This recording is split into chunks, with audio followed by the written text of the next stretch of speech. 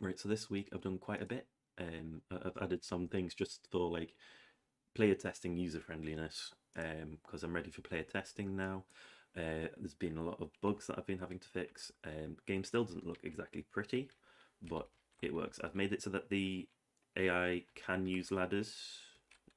He says they're more likely to use ladders is a better one to say. So if I can bring them around here, I've given the player infinite healing just so that like for playtest purposes.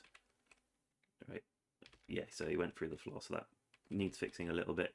But it's a smoother, much more simple coding wise. I just need to change a few values. So I've also changed the layout of the map. So you have to go through each type of enemy. I've made it so you have to take items rather than being able to just equip them from the enemy's corpse. And it says press E to loot when you get close. So you now have to go this way through, and then you'll clear through the whole level. I should probably, yeah, just pressed. I just quickly equip my weapon again. Or unequip my weapon, I should say. And then, as you saw, enemies can come through doorways. The ranged one will stay at ranged. Yeah, I've got too many enemies around me right now. I should probably dodge. Yeah, I added in a dodge just to make it a bit more like combat, like a dodge for the player, just for the combat to be a bit better.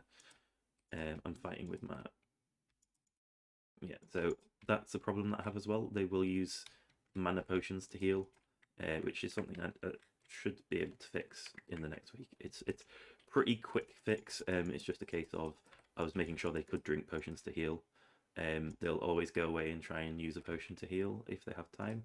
I'm thinking of adding a take all button rather than having to. I mean, you can drag as well, but it's just a case of it's probably better to take. And this is where I forgot to do the thing to. Oh no, yeah, it does remove. So sometimes it doesn't delete the shield. I need to check why. So now this will be an empty room because the ranged enemy came in and started attacking at the same time. And then you go into this room, which has the AI, which can change between shooting you from range and using melee. And now, when they're at low health, rather than trying to, oh yeah, he's gone into range. If I put him onto the melee one, if he doesn't have, yeah, so he doesn't have any potions, so he's just going to attack frantically rather than trying to run away.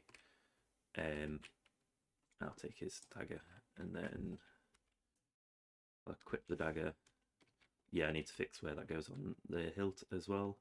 I've also made it so the doors are E, so everything's universal. So this is the boss. So to start off with, Mads will shoot you with normal magic like anything else.